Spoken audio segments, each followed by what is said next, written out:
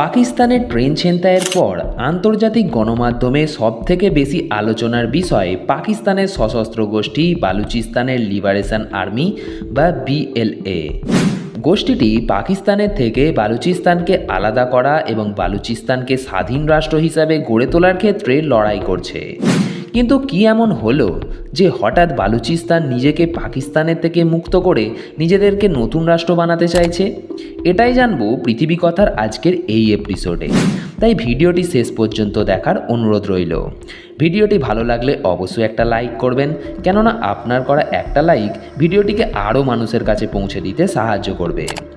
বালুচিস্তান আলাদা রাষ্ট্রের দাবি চেয়ে আসছে বহুকাল আগে থেকে, কিন্তু পাকিস্তান সেই দাবিকে মানতে একেবারেই রাজি নয়। বালুচিস্তান সম্পর্কে আমাদের জানতে হলে আমাদের কয়েক শতক আগে পিছিয়ে যেতে হবে।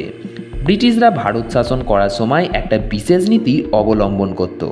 সেটা হলো পাঞ্জাবিদের শাসন করো, সিন্ধিদের ভয় দেখাও, পস্তুদের টাকা দিয়ে কিনে নাও, আর বালুচিদের সম্মান করো। কেননা ব্রিটিশরা জানতো সব জাতিগোষ্ঠীকে একই নিয়মে বাঁধে আনা যায় না। বিশেষ করে দুটি গোষ্ঠীকে নিয়ে তাদের মধ্যে সব থেকে বেশি মাথা ব্যথা ছিল, পস্তু এবং বালুচ। কেননা তাদের দমানো যায় না, তারা জন্মগতভাবেই বিদ্রোহী, তারা কারো শাসন মানে না। ব্রিটিশরা প্রথমে চেয়েছিল শক্তি দিয়ে দখল করে নিতে, কিন্তু 1842 সালের যুদ্ধে কাবুল থেকে ব্রিটিশ সৈন্যরা লজ্জাজনকভাবে পিছু হাঁটতে বাধ্য হয়েছিল। আফগান যুদ্ধের সেই হার ব্রিটিশদের চোখ খুলে দিয়েছিল এবং ব্রিটিশরা তখনই বুঝতে পেরে গিয়েছিল পস্তু আর বালুচদের আটকে রাখা সম্ভব নয়। তাই ব্রিটিশরা তাদের কৌশল বদলায় যাতে পস্তু এবং বালুচ গোষ্ঠী ব্রিটিশদের বিরুদ্ধে কোনো কথা না বলে। তাই ব্রিটিশ সরকার বুদ্ধি খাটিয়ে ধার্মিক বিষয় নিয়ে এই দুটো গোষ্ঠীর মধ্যে আভ্যন্তরীণ দ্বন্দ্ব লাগিয়ে দেয়। এছাড়াও তাদের ব্যবসা বাণিজ্যের প্রতি নিরুৎসাহিত করতে থাকে। সেই ডিভাইড অ্যান্ড রুল পলিসি, অর্থাৎ ভাগ করো এবং শাসন করো, সব কিছু মিলিয়ে ব্রিটিশ সরকার এমন এক চাল চালল যে গোষ্ঠীগুলো নিজেরা নিজেদের মধ্যেই লড়তে থাকে, যেন ব্রিটিশ সরকারের দিকে তারা নজর না দেয়। তবে ব্রিটিশরা কিন্তু এই গোষ্ঠী যে কতটা শক্তিধর, তাদের মানসিকতা যে অন্যান্য গোষ্ঠীর থেকে আলাদা, সেটা পুরোপুরি অস্বীকার করেনি। তারা স্বীকার করে নিয়েছিল যে এই দুই গোষ্ঠীর মানুষের রক্তে লড়াই মিশে আছে, লড়াই করার জন্যই তারা পৃথিবীতে এসেছে। আর এই শক্তিকেই ব্রিটিশ সরকার কাজে লাগিয়ে তৈরি করল পস্তুদের নিয়ে পাঠান রেজিমেন্ট এবং বালুচদের নিয়ে বালুচ রেজিমেন্ট। পস্তু এবং বালুচ এই দুটো গোষ্ঠীর মানুষ কঠোরভাবে নিয়মকানুন মানে, তবে তাদের দুজনের মধ্যে কিছু পার্থক্য আছে। পস্তুদের ধর্ম ছিল সব থেকে বড়, ধর্মের জন্য তারা জীবন দিতেও রাজি। আর বালুচদের কাছে সব থেকে গুরুত্বপূর্ণ ছিল নিজেদের ভূমি, নিজেদের গোত্র এবং নিজেদের সন্তান। তাই ব্রিটিশরা বুঝতে পারল যে গোত্র প্রধানদের খুশি করতে পারলেই গোটা গোত্রকে নিয়ন্ত্রণ করা যাবে।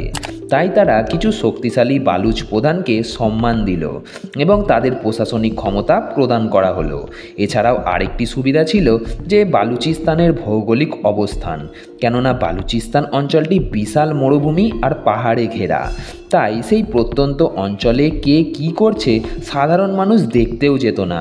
তাছাড়া প্রয়োজনে ব্রিটিশ সরকার বালুচিদের অস্ত্র এবং টাকা পয়সা দিয়ে সাহায্য করত, যাতে তারা ব্রিটিশ বিরোধী না হয়ে ওঠে। এতদিন পর্যন্ত সব ঠিকঠাক চললেও আসল কাহিনী শুরু হলো 1947 সালে। পাকিস্তানের স্বাধীনতা ব্রিটিশ শাসনের পুরো কৌশলকে এক ধাক্কায় উল্টে দিল। নতুন দেশ, নতুন শাসন ব্যবস্থা, নতুন নিয়মকানুন, সব কিছুই বদলে গেল। পাকিস্তান গণতন্ত্রের পরীক্ষা শুরু হলো। বদলে গেল ক্ষমতার ভারসাম্য, নীতি এবং সম্পর্কর ধরন। এত কিছুর মধ্যেই বালুচিদের নতুন এক ভাবনা মাথাচাড়া দিয়ে উঠল। তারা ভাবতে শুরু করলো যে তাদের সম্মান, স্বাধীনতা, অস্তিত্ব কি পাকিস্তানের হাতে চলে যাবে? এই বিষয়টা নিয়ে বালুচ গোষ্ঠীর রাজনৈতিক নেতারা আওয়াজ তুলতে শুরু করলো। পাকিস্তান সাময়িকভাবে যে পরিস্থিতি মোকাবিলা করার জন্য স্ট্যান্ড অ্যান্ড স্টিল এগ্রিমেন্ট চুক্তি করলো কালেতের খানের সঙ্গে। কি এই স্ট্যান্ড অ্যান্ড স্টিল এগ্রিমেন্ট? আসলে এই চুক্তিতে পাকিস্তান লিখল যে পাকিস্তান সরকার স্বীকার করে যে কালাত একটি স্বাধীন রাষ্ট্র, যার মর্যাদা ভারতের অন্যান্য রাজ্যের থেকে সম্পূর্ণ আলাদা। আর এই বাক্যটাই ভবিষ্যতে অনেক প্রশ্নের জন্ম দিল। স্বাধীন রাষ্ট্র হলে কালাত কি পাকিস্তানের অংশ? নাকি আলাদা? কিন্তু পাকিস্তান এই প্রশ্নের খুব একটা বেশি মাথা ঘামালো না। তারা সরাসরি বালুচদের চাপে ফেলে ইনস্ট্রুমেন্ট অফ অ্যাকশানে সই করিয়ে নিল। ফলে বালুচিস্তান পাকিস্তানের অংশ হয়ে গেল। আর তারপর থেকেই শুরু হলো বালুচ বিদ্রোহ 1948 থেকে 50 সালে। এতদিন পর্যন্ত ব্রিটিশরা বালুচদের সম্মান করে এসেছে। তারা জানতো এই জাত লড়াকু, নির্ভীক এবং স্বাধীনচেতা। কিন্তু পাকিস্তান ভাগ হয়ে যাওয়ার পর থেকে পাকিস্তানের কাছে বালুচরা ছিল শুধুই প্রাকৃতিক সম্পদের উৎস। তাই বালুচিস্তানের প্রাকৃতিক সম্পদ, গ্যাস, খনি এবং সম্পদগুলোকে ব্যবহার করা শুরু করলো। তারা বালুচদের জন্য তেমন কিছুই উন্নয়ন করলো না, এমনকি রাজস্বের কোনো ভাগও তাদের দিল না। ব্রিটিশ শাসনকালে যাদের সম্মান দেওয়া হয়েছিল, তারা দেখল পাকিস্তানের শাসনকালে এসে তারা শুধুই লুট হচ্ছে। পাকিস্তান দীর্ঘদিন ধরে বলেই আসছে বালুচ আন্দোলন তাদের বাইরের কোনো দেশের ষড়যন্ত্র। আর এই বাইরের দেশ বলতে তারা মূলত ভারত এবং আফগানিস্তানকে বোঝাতো। কিন্তু এই অভিযোগ এখন আর বিশ্বাসযোগ্য বলে মনে করা হয় না, কেননা আফগানিস্তান, ভারত এবং পাকিস্তানের মধ্যে রয়েছে জাতিগত ফারাক।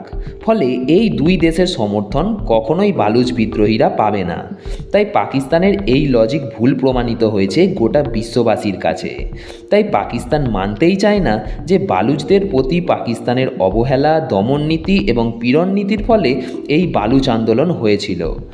অন্যদিকে বিএলএ অর্থাৎ বালুচিস্তান লিবারেশন আর্মি যে আন্তর্জাতিক দৃষ্টি আকর্ষণের চেষ্টা চালাচ্ছে, এতে তারা কিছুটা হলেও ফল তো পাবেই। অন্যদিকে পাকিস্তান প্রতিবারের মতো এটাকে সন্ত্রাসবাদ বলে চালিয়ে দেবে। নিজেদের দায় তারা কখনোই স্বীকার করবে না। তাই পাকিস্তান যদি এই ঘটনাকে নিছক চক্রান্ত বলে মনে করে, তাহলে আজ হয়তো ট্রেন, কাল বাস, পরশু হয়তো এরোপ্লেন হাইজ্যাকের ঘটনাও আমাদের সামনে আসবে। ইতিহাস আমাদের দেখিয়েছে বালুচদের সম্মানবোধ কতটা প্রবল। পাকিস্তান কখনোই ইতিহাস থেকে শিক্ষা নেয়নি। নিজেদের ভুল তারা নিজেরা কখনোই স্বীকার করে না। আর এই কারণেই বালুচিস্তান আলাদা রাষ্ট্র হিসাবে নিজেদের আত্মপ্রকাশ করতে চায়। বালুচিস্তানের ইতিহাস নিয়ে পৃথিবী কথার এই পর্বটি এই পর্যন্তই। ভিডিওটি আপনার কেমন লাগলো তা অবশ্যই কমেন্ট করে জানাবেন। চ্যানেলে নতুন হয়ে থাকলে চ্যানেলটিকে সাবস্ক্রাইব করে পাশের বেল আইকনটি ক্লিক করে রাখবেন পরবর্তী ভিডিওর নোটিফিকেশান পাওয়ার জন্য। দেখা হবে পরের কোনো একটা ভিডিওতে আরও একটা নতুন ইন্টারেস্টিং টপিকের সঙ্গে। ততক্ষণ ভালো থাকবেন, সুস্থ থাকবেন। Bye bye.